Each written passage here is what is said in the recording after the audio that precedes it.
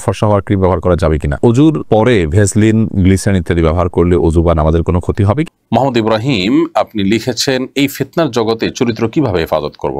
এরপরে প্রশ্ন করেছেন তোহফাতুল জান্নাত ভাবনা, এই আইডি থেকে আপনি লিখেছেন, আমার পরিচিত একজন মহিলা আছেন যিনি অন্য কারোর সাথে তার ছোঁয়া লাগলে কাপড় পাল্টে ফেলেন, তার বিছানাতে কেউ বসলে বিছানা পাল্টে ফেলেন, পরিবারের সবার সাথেও এমন করেন, দেয়ালের সাথে অন্য কেউ লাগলেও সেটা মুছে ফেলেন, তার টুলে কিংবা চেয়ারে কেউ বসলেও সেটা ধুয়ে ফেলেন আর খিটখিট করেন।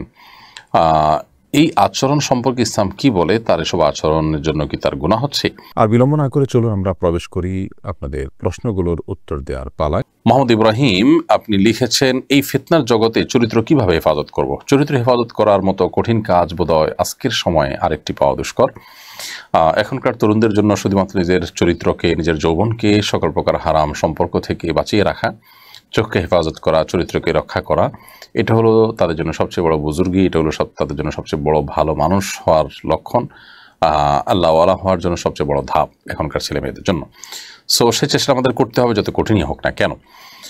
এখন প্রশ্ন হলো কিভাবে আমরা আমাদের চরিত্রকে রক্ষা করতে পারি, সচ্চরিত্রবান হতে পারি। এর উত্তর হলো যে প্রথমত ফিতনাগুলো সম্পর্কে আমরা সবাই কম বেশি ওয়াকিফাল, যে আমরা আমাদের শিক্ষা প্রতিষ্ঠানে, কর্মস্থলে, রাস্তাঘাটে, শপিং মলে যেখানে যাই, আমাদের পুরো পরিবেশটাকে নোংরা করে ফেলা হচ্ছে এবং শয়তানি সভ্যতা, শয়তানের অনুসারীরা গোড়ার পরিবেশটাকে অশ্লীলতা এবং নোংরামি দিয়ে ভরে ফেলছে।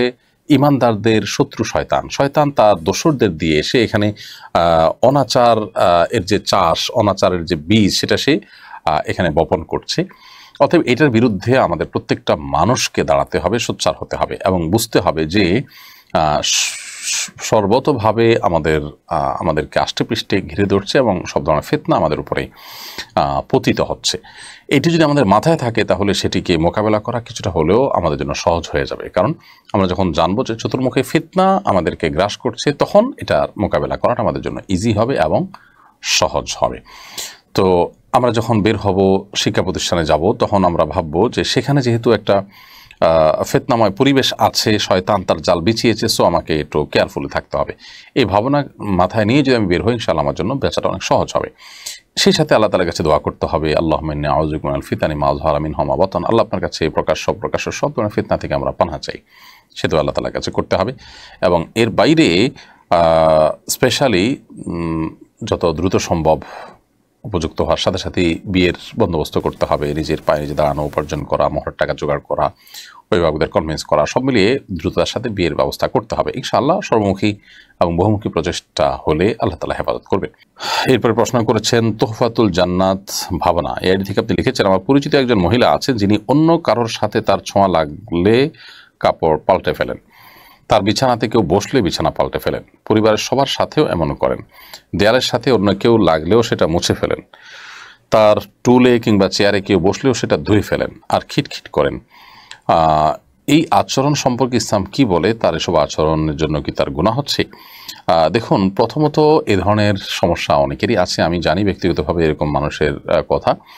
আর এই সমস্যাগুলো অনেক ক্ষেত্রে আমরা দেখেছি যে এগুলো আসলে ওয়াসওয়াসার রোগের কারণে হয়ে থাকে, কখনো কখনো ব্ল্যাক ম্যাজিক ইত্যাদির কারণে হয়ে থাকে, আর কখনো কখনো এগুলো ওয়াসওয়াসার রোগের অংশ। অর্থাৎ আমাদের অনেকেরই দেখা যায় যে এ ধরনের কুমন্ত্রণা, মনের ভিতরে আপনার শয়তান নানা রকমের বাজে চিন্তা প্রবেশ করা এবং এর কারণে না জল্পনা কল্পনা তৈরি হয়, এই যে আপনার খুঁতখুঁতে স্বভাবের হয়।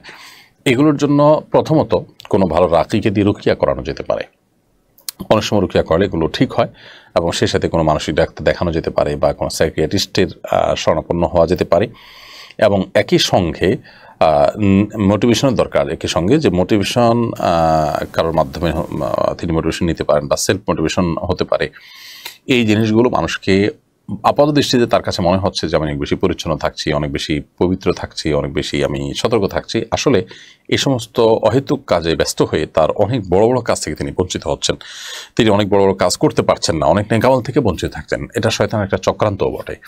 তো এই জন্য এগুলো থেকে তিনি বেঁচে থাকার জন্য আপনার চেষ্টা করবেন, সেই সাথে দোয়া করবেন আল্লাহর কাছে, আল্লাহুম্মা জাআল ওয়াসাওয়িসা কলবি খাশিয়াতাক, আল্লাহুম্মা জাআল ওয়াসাওয়িসা কলবি খাশিয়াতাক। আল্লাহ আমার অন্তরের যে সমস্ত কুমন্ত্রণাসমূহ আছে সেগুলোকে আপনি আপনার ভয় দিয়ে পরিবর্তন করে দিন।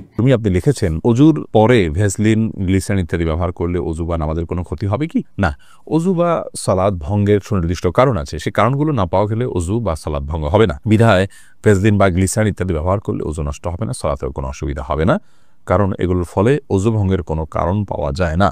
অজু ভঙ্গের মৌলিক কারণ হলো শরীর থেকে যদি নাপাক বের হয় বা নাপাক বের হওয়ার মতো যথেষ্ট সম্ভাবনা তৈরি হয়, তাহলে সেক্ষেত্রে অজু ভঙ্গ হয়। এছাড়া সাধারণত অজু ভঙ্গ হয় না। অতএব ভ্যাসলিন, গ্লিসারিন ইত্যাদি আপনি ব্যবহার করেছেন, কোনো নাপাক বের হয়নি আপনার শরীর থেকে, বিধায় অজু ভঙ্গ হবে। দেখছেন স্বামীকে খুশি করার জন্য ফর্সা হওয়ার ক্রিম ব্যবহার করা যাবে কিনা? ফর্সা হওয়ার ক্রিম সম্পর্কে আগে আমরা বলেছি, এটা থেকে আদতেই কি পরিপূর্ণ মানুষের রং চেঞ্জ হয়ে যায় কিনা? যদি পূর্ণ রং চেঞ্জ হয়ে মানুষের আকৃতি পরিবর্তন হয়ে যায়, তাহলে সেটা তো জায়েজ নয়।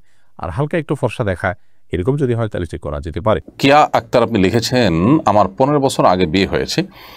বিয়ের বেশ কিছুদিন পর আমার স্বামী আমাকে আমার বোনের বাড়িতে রেখে বাহির থেকে আসছি বলে বের হয়ে যায়। এরপর আর ফিরে আসেনি। এখন আমার করণীয় কি? অন্যত্র বিবাহ আবদ্ধ হতে চাইলে কি করতে হবে?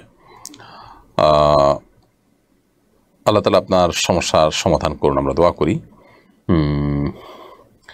এবং আপনার স্বামী আপনাকে রেখে চলে গেছেন আর আসেনি, এক্ষেত্রে স্বামীর বাবার বাড়ি, আপনার শ্বশুর বাড়ি এবং বিভিন্ন জায়গায় খোঁজখবর নিয়ে নিশ্চয়ই কোনো না কোনো ক্লু তো পাওয়া যাওয়ার কথা। সেক্ষেত্রে ক্লু কি পাওয়া গেল?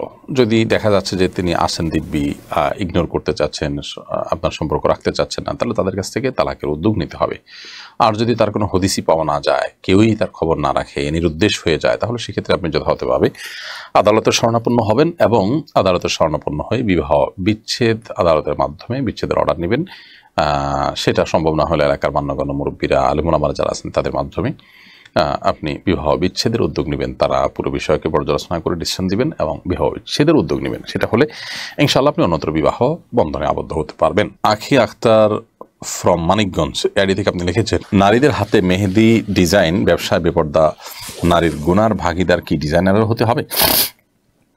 নারীদের হাতে মেহেদি ডিজাইন করা হলে সেই ডিজাইন কোনো মেয়ে যদি বাইরে বেপর্দাভাবে অন্য পরপুরুষদের সামনে প্রদর্শন করে বেড়ান, সেক্ষেত্রে সে গুনার ভাগিদার ডিজাইনারকে সাধারণত হতে হবে না। কারণ এটা জরুরি না যে কেউ হাতে ডিজাইন করলে সেটা সব জায়গায় প্রদর্শন করে বেড়াবেন, বেপর্দার সাথে দেখাবেন, কারণ এটা ঘরোয়াভাবে ব্যবহার হতে পারে। অর্থাৎ বিষয়টা একান্ত ব্যক্তির উপর নির্ভর করে, এই জন্য ডিজাইনারের উপর এটা পড়তাবে না। তবে যদি এমন হয় যে উনি নিশ্চিত যে এখানে আসলে বাইরে মানুষের সামনে এটা প্রদর্শন হবে, এই অপশনটাই সুনিশ্চিত এবং চূড়ান্ত, এরকম যদি হয় তাহলে সেক্ষেত্রে অবশ্যই এর দায়ভার ব্যক্তির